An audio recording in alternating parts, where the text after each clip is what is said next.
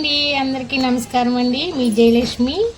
ఈరోజు దాల్ అరటికాయ కోఫ్తా కర్రీ తయారు చేసుకుందామండి. ఈరోజు ఈ కర్రీ అయితే చాలా బాగుందండి, కలర్ఫుల్గా టేస్ట్గా ఉందండి. నేను చెప్పిన విధంగా మీరు కూడా ట్రై చేసి చూడండి. ఈ కూర చాలా బాగుంది. ఈ కర్రీ ఎలా వచ్చిందో మీరు కూడా ట్రై చేసి కామెంట్ పెట్టండి. దాల్ అరటికాయ కోఫ్తా కర్రీ తయారు చేసుకునే విధానం చూద్దామండి. అరటికాయలు అయితే ఉడకబెట్టుకుందామండి.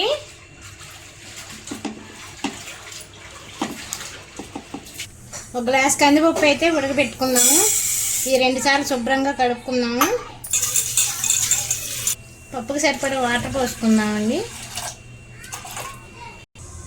అరటికాయ ఉడికిపోయిందండి, దాని పొర తీసుకుందాము.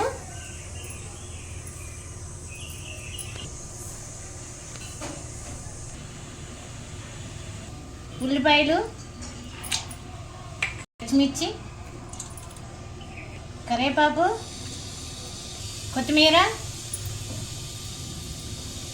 2 స్పూన్లు బియ్యం పిండి,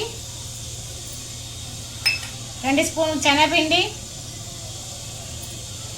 టేస్ట్కి సరిపడే సాల్ట్, పసుపు, కారం, ధనియాల పొడి, గరం మసాలా, అల్లం వెల్లిపాయ పేస్ట్. ఇవి బాగా మిక్స్ చేసుకోవాలండి బాల్స్ రావడానికి.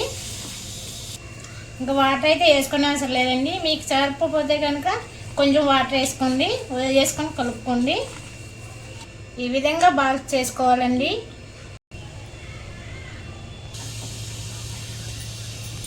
పప్పు అయితే ఉడికిపోయిందండి, దీన్ని మెత్తగా చేసుకుందాము.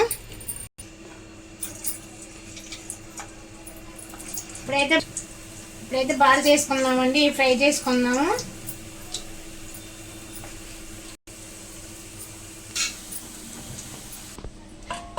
బాల్ చేయకపోయండి, ప్లేట్లో తీసుకుందాము. తాలింపు వేసుకుందామండి. ఆవాలు, జీలకర్ర, శనగపప్పు, వెల్లుల్లిపాయలు, ఎండుమిర్చి, ఇంగువ, కరివేపాకు, 2 పచ్చిమిర్చి, 1 టమాటా గ్రైండ్ చేసుకుని పేస్ట్ అండి ఇది.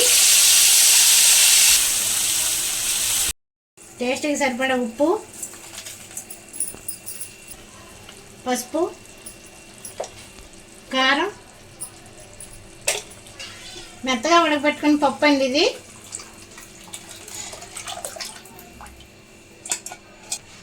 ఇప్పుడైతే అరటికాయ బాల్స్ వేసుకుందామండి.